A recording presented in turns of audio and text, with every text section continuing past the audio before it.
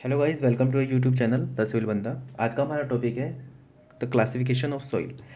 Soil को हम three categories में डिवाइड करते हैं। या तो होती है कोर्स सॉइल, या होती है फाइन, या फिर एक अलग से कैटेगरी होती है पीट।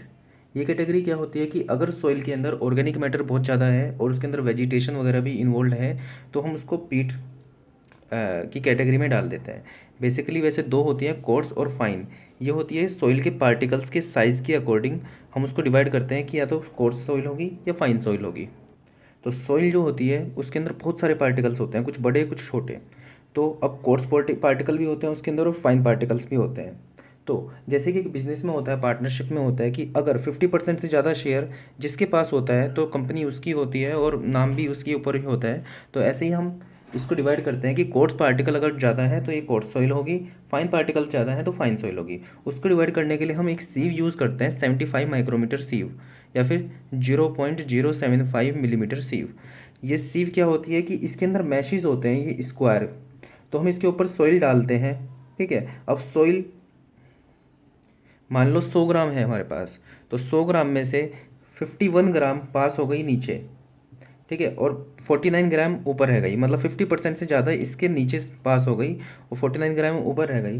तो मतलब इसके नीचे जो होती है वो होती है फाइन सॉइल, मतलब उसकी वो बहुत छोटी थी इसलिए छलनी में से पास हो गई। ठीक है, और ऊपर रह गई कोर्स। तो मतलब जो सॉइल होगी वो होगी फाइन सॉइल। जबकि इसका अपोजिट होता कि नीचे 30 ग्राम होती, ऊपर 70 ग्राम होती, तो ये होती कोर्स सॉइल। तो अभी हमने देखा कि 75 माइक्रोमीटर सीव से हम पता लगा लेते हैं कि वो कोर्स है कि फाइन है। अब कोर्स भी दो तरह की होती है, कोर्स या तो ग्रेवल होगी या फिर होगी सैंड। ऐसी फाइन भी दो होती है, या तो होगी वो सिल्ट या फिर होगी वो क्ले।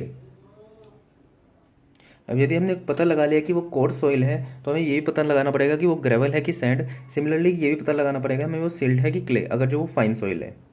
तो अभी तक हमने सीव यूज़ की थी 75 माइक्रोमीटर की सीव। अब हम एक सीव का और यूज़ करेंगे जो कि होगी 4.75 मिलीमीटर सीव। तो मान लो हमारे पास 100 ग्राम सॉइल थी और हमने इसके ऊपर उसको डाला। तो उस 100 ग्राम में क्या होगा, ग्रेवल भी होगा, सैंड भी होगा, सिल्ट भी होगा, सिल्ट को एम से रिप्रेजेंट कर रहे हैं, और क्ले भी होगा। जब इसके ऊपर डाली हमने तो इससे पास हो जाएगा सब सब कुछ एक्सेप्ट ग्रेवल। ग्रेवल जो होता है वो 4.75 मिलीमीटर से जो ऊपर का पार्टिकल होता है वो ग्रेवल होता है, उससे जितना भी छोटा पार्टिकल होगा सिल्ट से यहाँ से पास हो जाएगा। अब ऐसे ही जो ये सीव है यहाँ पे क्या होगा, सैंड, सिल्ट और क्ले तीनों यहाँ से पास हो जाएंगे। लेकिन यहाँ पे जो रिटेन करेगा वो सिर्फ सैंड रिटेन करेगा, बाकी सब नीचे चला जाएगा, मतलब सिल्ट और क्ले नीचे चला जाएगा। ऐसे ही यहाँ पे होता है 2 माइक्रोमीटर की सीव। ठीक है, 2 माइक्रोमीटर की सीव पे सिर्फ सिल्ट रुकता है और क्ले नीचे चला जाता है। तो हमें यहाँ पे सबका डिवीजन पता चल गया कि 4.75 मिलीमीटर से बड़ा पार्टिकल ग्रेवल होता है, उसके बाद 75 माइक्रोमीटर से बड़ा पार्टिकल सैंड होता है, 2 माइक्रोमीटर से बड़ा पार्टिकल सिल्ट होता है और बाकी क्ले होती है। सो लेट एज्यूम हमारे पास 100 ग्राम सॉइल है। तो 100 ग्राम सॉइल है तो जब हमने यहाँ पे डाली तो 60 ग्राम रिटेन हो गई यहाँ पे इस सीव के ऊपर। ठीक है, और इस सीव के ऊपर रिटेन हुई 20 ग्राम, और बाकी की जो क्या कहते हैं सीव है, बाकी की जो सॉइल है 20 ग्राम वो नीचे चली गई। तो देखो 75 माइक्रोमीटर सीव से ऊपर 60 एंड 80 ग्राम ऊपर बची। तो इसका मतलब ये 50% से ज़्यादा ऊपर रुक गई। तो मतलब ये पता चल गया हमें कोर्स सॉइल है। कोर्स सॉइल पता होने के बाद हमें पता लगाना है कि ग्रेवल है कि सैंड है। अब 80 ग्राम में से 60 ग्राम ऊपर रुक गई 4.75 मिलीमीटर के ऊपर। तो मतलब हमें ये भी पता चल गया कि कोर्स में ग्रेवल है। ठीक है, जबकि इसका अपोजिट होता है, 20 ग्राम होता है, 60 ग्राम होता है, तो हम उसको सैंडी सॉइल बोलते हैं। तो अगर हमारी सॉइल के 50% से ज़्यादा पार्टिकल 75 माइक्रोमीटर सीव के ऊपर रिटेन हो गए तो वो होगी कोर्स ग्रेन सॉइल। तो हम सबसे पहले देखते हैं कोर्स ग्रेन सॉइल। तो हमने देखा भी इसके अंदर कि ग्रेवल है कि सैंड है, वो हमने यहाँ से देख लिया। अब इसके बाद हम देखेंगे कि जो यहाँ से जो पास हो रहे हैं फाइन पार्टिकल वो कितने परसेंट हैं। वो 5% है, वो 12% है, या 5 से 12% है। इसमें हम तीन कैटेगरी में इसको डिवाइड कर देंगे। तो हमें ये तो पता चल गया कि वो ग्रेवल है कि सैंड है। ठीक है, ग्रेवल सैंड, ग्रेवल सैंड। ठीक है, अब हम देखेंगे फाइन कितने परसेंट है। फाइन कितने परसेंट मतलब जैसे 100 ग्राम हमारे पास सॉइल थी। ठीक है, 100 ग्राम में से 60 ग्राम यहाँ पे रुका था, 20 ग्राम यहाँ पे रुका था, और मान लो 20 ग्राम नीचे पास हो गया था। तो जो ऊपर वाला होता है ग्रेवल और सैंड ये होता है कोर्स, और सिल्ट और क्ले जो होता है ये होता है मेरे पास फाइन। तो कितने परसेंट फाइन है, जैसे 20 ग्राम नीचे आ गया तो 20/100, 2 5 10, 20%। तो 20% हमारे पास फाइन है। तो हमारे पास किस कैटेगरी में आएगा, इस कैटेगरी में। तो यदि अगर जो हमारे पास फाइन जो है 5% है, तो हमारे पास जो ग्रेवल होगा उसके अंदर फाइन की प्रॉपर्टीज़ कम होंगी और उसके कोर्स वाली प्रॉपर्टीज़ ज़्यादा होंगी। तो वो ग्रेडेशन के ऊपर डिपेंड करेगा, मतलब कि ग्रेवल जो होगा या तो वो वेल ग्रेडेड होगा ग्रेवल, या फिर पोअरली ग्रेडेड होगा। ऐसी सैंड जो होगी वो वेल ग्रेडेड होगी या पोअरली ग्रेडेड होगी। अब ये वेल ग्रेडेड पुअर ग्रेडेडली क्या है कि जो हमारे पास सैंड या ग्रेवल है वो वो भी ऐसे बहुत सारे साइज़ का होगा। यदि उसके अंदर जो सैंड है या ग्रेवल है उसके अंदर सभी साइज़ के पार्टिकल है, तो इसका मतलब होगा वेल ग्रेडेड। और यदि ऐसा होगा कि ग्रेवल है तो उसके सारे पार्टिकल ही इतने बड़े बड़े पार्टिकल ही हैं, ठीक है, इसको कहेंगे हम पुअरली ग्रेडेड। अब इस चीज़ का पता लगाने के लिए कि वो वेल ग्रेडेड है कि पुअरली ग्रेडेड है, हम दो टर्म्स को इंट्रोड्यूस करते हैं, C U coefficient of uniformity और C C coefficient of curvature. Coefficient of uniformity होती है D60/D10 और कोफिशिएंट ऑफ कर्वेचर होता है D30 का whole square upon D60 × D10। अब ये D60 D10 क्या होता है, D60 D10 और D30 को समझने के लिए एक एग्जांपल लेते हैं। मान लो हमारे पास तीन सीव है 20 मिलीमीटर की, 10 मिलीमीटर की और 4.75 मिलीमीटर की। तो इस केस में क्या होगा, मान लो 100 ग्राम हमारे पास सॉइल है, 100 ग्राम सॉइल है, हमने इसके ऊपर डाली, तो मान लो 60 ग्राम यहाँ पे 40 ग्राम यहाँ पे रुक गई और 60 ग्राम पास हो गई यहाँ से, ठीक है। ऐसे ही यहाँ पे क्या हुआ, सिर्फ 30 ग्राम पास हुई यहाँ से, और यहाँ से सिर्फ 10 ग्राम पास हुई, ठीक है। तो D60 क्या होती है, 60% फाइनर, मतलब जिस साइज से 60% फाइनर सॉइल नीचे निकल जाए तो वो साइज़ हमारा D60 होता है। जैसे यहाँ पे 60 ग्राम पास हो गई तो कितने परसेंट पास हुई, ये होगी 60 ग्राम पास हुई, टोटल थी 100, ठीक है, तो होगी 60%। तो मतलब सॉइल का 60% यहाँ से पास हो गया, तो जिस मैश के साइज से पास हुआ वही हमारे पास D60 होगा, तो हमारे पास D60 की वैल्यू होगी 20 मिलीमीटर।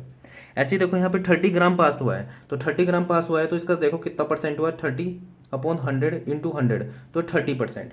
तो मतलब 30% सॉइल जो हुई वो इस साइज़ की मैश से पास हुई है, तो इस मैश का साइज़ का क्या है, कितना है, 10 मिलीमीटर, तो D30 की वैल्यू हो गई 10 मिलीमीटर। ऐसे ही मान लो 10 ग्राम यहाँ से पास हुई इस मैश से, तो 10 ग्राम मतलब 100 का 10%, तो 10% जिस मैश से पास हुआ है उसका साइज़ कितना है, 4.75 मिलीमीटर, मतलब D10 की वैल्यू हो गई 4.75 मिलीमीटर। तो अगर हमें पता चला कि ग्रेवल है, ग्रेवल के बाद हमने सी यू की वैल्यू निकाली और सी सी की वैल्यू निकाली। सी यू की वैल्यू अगर वो 4 से ज़्यादा आई और सी सी की वैल्यू 1 और 3 के बीच में आई तो इसको हम कहेंगे वेल ग्रेडेड ग्रेवल। यदि इसका ऐसा नहीं हुआ तो उसको कहेंगे पोअरली ग्रेडेड ग्रेवल। ऐसे ही सी यू की वैल्यू अगर 6 से ज़्यादा हुई और सी सी की वैल्यू 1 और 3 के बीच में आई और वो सैंड थी तो इसको कहेंगे वेल ग्रेडेड सैंड, और नहीं हुआ ऐसा तो होगी पुअर ग्रेडेड सैंड। यदि अब जो फाइन पार्टिकल्स हैं वो 12% से ज़्यादा हैं तो उस केस में जो ग्रेवल और सैंड की प्रॉपर्टीज़ होगी वो फाइन के अकॉर्डिंगली डिज़ाइन होंगी। तो उस केस में क्या होगा, यदि फाइन जो 12% से ज़्यादा है तो उस केस में हम प्लास्टिसिटी इंडेक्स की वैल्यू निकालेंगे। अब अगर जो प्लास्टिसिटी इंडेक्स की वैल्यू 4% से कम है या प्लास्टिसिटी इंडेक्स की वैल्यू 7% से ज़्यादा है, ठीक है, या फिर 4% और 7% के बीच में है, तो 3 कैटेगरी में बढ़ेगा इसके बाद भी। तो हमें ये पता चलेगा ग्रेवल है या सैंड है, ठीक है। अब अगर जो आईपी की वैल्यू 4% से कम है तो वो होगा सिल्ट, ठीक है, या फिर सैंड हुआ तो वो होगा सिल्टी सैंड। यदि 7% से ज़्यादा हुई तो मतलब उसके अंदर क्ले के पार्टिकल ज़्यादा होंगे, तो मतलब ग्रेवल हुआ तो होगा वो क्लेई, ठीक है। अगर सैंड भी हुआ तो वो होगा क्लेई। यदि अगर जो 4 और 7% के बीच में हुई आईपी की वैल्यू तो उसके अंदर डुअल बिहेवियर आएगा, तो उसमें होगा ग्रेवल, ठीक है, ग्रेवल क्लेई और ग्रेवल सिल्टी, ठीक है, फिर सैंड क्लेई सैंड सिल्टी। अब यदि यहाँ से फाइन जो पास हो रहे थे 75 माइक्रोमीटर से उसकी वैल्यू 5% से 12% के बीच में हो गई तो उसके अंदर डुअल बिहेवियर होगा, तो मतलब उसके अंदर हम ग्रेडेशन भी चेक करेंगे और ये आईपी भी चेक करेंगे। तो उसके हिसाब से हमारे पास जैसे ग्रेवल और हमारे पास सैंड था तो उसके अंदर हम वेल ग्रेडेड है कि पुअर ग्रेडेड है ये भी देखेंगे, और ग्रेवल के अंदर वो भी देखेंगे कि वो सिल्टी है या क्लेई है। ऐसी सैंड है, सैंड के अंदर ये भी देखेंगे वेल ग्रेडेड है या पुअरली ग्रेडेड है, और सैंड के अंदर ये भी देखेंगे कि सिल्टी है कि क्लेई है, ठीक है। सेकेंड केस हमारे पास ये आता है कि अगर 75 माइक्रोमीटर की सीव से 50% से ज़्यादा पास हो जाए तो वो होगी फाइन ग्रेन सॉइल। अगर जो नहीं हुई थी तो हमने पहले पढ़ा था कि कोर्स ग्रेन सॉइल थी। अब फाइन ग्रेन सॉइल को पढ़ते हैं। फाइन ग्रेन सॉइल को पढ़ने के लिए हमें प्लास्टिसिटी चार्ट पढ़ना पड़ता है। इसकी एक्स एक्सिस पे होता है लिक्विड लिमिट और वाई एक्सिस पे होता है आईपी, मतलब प्लास्टिसिटी इंडेक्स।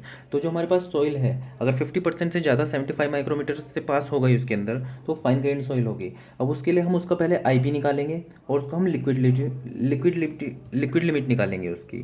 ठीक है, अगर लिक्विड लिमिट 35% से कम हुई, ठीक है, तो वो होगी लोअर कंप्रेसिबिलिटी वाली सॉइल। अगर 35 से बीच में हुई, 50 के बीच में हुई, वो होगी इंटरमीडिएट कंप्रेसिबिलिटी वाली सॉइल। और 50% से ऊपर हुई तो वो होगी हाई कंप्रेसिबिलिटी वाली सॉइल। अब फाइन ग्रेन सॉइल भी दो होती है, या तो वो सिल्ट होती है या वो होती है क्ले, जैसे कि कोर्स में होती थी हमारी सैंड और ग्रेवल। अब देखने के लिए कि वो सिल्ट है कि क्ले, उसके लिए हमें एक लाइन खींचनी पड़ती है, ड्रॉ करनी पड़ती है। इसको कहते हैं हम ए लाइन, जिसकी इक्वेशन होती है I P is equal to 0.73 WL-20। ये एक्स एक्सिस पे 20 पे कट करती है। कैसे? आई पी को हम जैसे ही जीरो रखेंगे तो WL की वैल्यू आएगी 20। अब इस लाइन के ऊपर जितनी भी सॉइल होती है वो होती है क्ले, और इस लाइन के नीचे जो जितनी भी सॉइल होती है उसको कहते हैं सिल्ट। और इसी लाइन के नीचे ही हमारे पास जो ऑर्गेनिक सॉइल होती है, ठीक है, वो आती है। ठीक है, अब इसके अंदर भी एक एक्सेप्शन ये है कि अगर आईपी 4% और 7% के बीच में हो, मतलब आईपी अगर जो हमारे पास ये हो, इसमें क्या होगा? देखो, इस लाइन के ऊपर क्ले है, इस लाइन के नीचे सिल्ट है, लेकिन फिर भी अगर ये हमारे पास 4% से कम हो तो यहाँ पे सिल्ट ही आएगा। इस लाइन से ऊपर क्ले आनी चाहिए थी, लेकिन इस 4% से नीचे आया तो वो सिल्ट होगा। 4 से 7% के बीच में होगा तो वो सिल्ट भी होगा, क्ले भी होगा। और 7% से ऊपर होगा तो वो तो क्ले होगा ही। ठीक है, मतलब इस लाइन के अलावा यहाँ पे एक्सेप्शन ये है कि 4% से कम हुआ तो इस लाइन के ऊपर होने के बावजूद भी ये सिल्ट ही होगा। तो इसको हम एक एग्जांपल से समझते हैं। मान लो कोई सॉइल है जिसकी आईपी है 20, प्लास्टिसिटी इंडेक्स, और लिक्विड लिमिट है उसकी 40। तो 40 के हिसाब से हमें ये तो पता चल गया कि वो इंटरमीडिएट उसकी कंप्रेसिबिलिटी होगी। अभी हमें ये नहीं पता कि वो क्ले है कि सिल्ट है। उसके लिए हम क्या करेंगे, ये जो लिक्विड लिमिट है 40, इसको हम आईपी की इक्वेशन में डालेंगे। 0.73 WL 40-20। तो इससे हमारे पास जो आईपी की वैल्यू आएगी वो आएगी हमारे पास 14.6। तो मतलब इस लाइन पे जो ये होगा 14.6, आईपी की वैल्यू होगी हमारे पास यहाँ पे 14.6। ठीक है, लेकिन सॉइल का आईपी क्या है 20, तो सॉइल का आईपी कितना है 20। ठीक है, तो ये आए थे यहाँ पे 14.6 और सॉइल का आईपी था 20, तो मतलब ये इससे ऊपर हुआ, तो मतलब ये हुई क्ले। यही इसी एग्जाम्पल में अगर जो आईपी की वैल्यू 10 होती, ठीक है, तो उस केस में आईपी हमारा होता 10, और हमारा ये जो इसके अंदर डालने के बाद आया था 14.6, तो मतलब वहाँ पे जो होती है ये होती है सिल्ट। और हमारे पास क्या थी? लिक्विड लिमिट 40 थी, 35 और 50 के बीच में, तो ये होगी इंटरमीडिएट। अब कुछ क्वेश्चन कर लेते हैं। जैसे ये क्वेश्चन में पूछा है कि जो एक्स पार्ट है, ये जो एक्स पार्ट है ये क्या रिप्रेजेंट कर रहा है? तो देखो, इस लाइन के ऊपर ही आ रहा है तो मतलब ये क्ले है, प्लस 35 और 50 के बीच में आ रहा है तो ये इंटरमीडिएट कंप्रेसिबिलिटी का है, तो मतलब ये एक क्ले है with intermediate plasticity. Second question देखते हैं। इसके अंदर बोला है उसने कि जो सॉइल है उसकी लिक्विड लिमिट 45% है। 45% मतलब 35% और 50 के बीच में है, मतलब इंटरमीडिएट। ठीक है, प्लस वो जो है वो सॉइल ए लाइन के अबव है, मतलब ए लाइन ये है इसके अबव है, तो इंटरमीडिएट है और ए लाइन के अबव है, तो इसका जो सिंबल होगा वो होगा CI, तो मतलब इसका आंसर होगा बी। नेक्स्ट क्वेश्चन इज कि ये जो पी पॉइंट है ये क्या रिप्रेजेंट कर रहा है? पी पॉइंट देखो, ए लाइन से ऊपर है तो क्ले होगा, और ये 50% से ज़्यादा इसकी लिक्विड लिमिट है, तो इसका मतलब ये होगा क्या कहता है, क्ले विद हाई कंप्रेसिबिलिटी, तो इसका आंसर होगा क्ले। ठीक है, इसका आंसर सिंपल डी होगा। ऑर्गेनिक जो होती है, एक मिनट, हाँ, organic clays with high plasticity, organic silt. Wait, जो इस लाइन के नीचे होता है, ठीक है, वो होती है क्या कहता है, ऑर्गेनिक। एक चीज़ बताना भूल गया मैं कि जो ए लाइन के नीचे होती है वो सिल्ट होती है, ऊपर होती है क्ले, और जो सिल्ट होती है इसके साथ साथ नीचे जो होती है वो उसे ऑर्गेनिक कहते हैं, और जो ऊपर होती है उसको हम इनऑर्गेनिक कहते हैं। इसलिए 21 का आंसर होगा inorganic clays of high plasticity.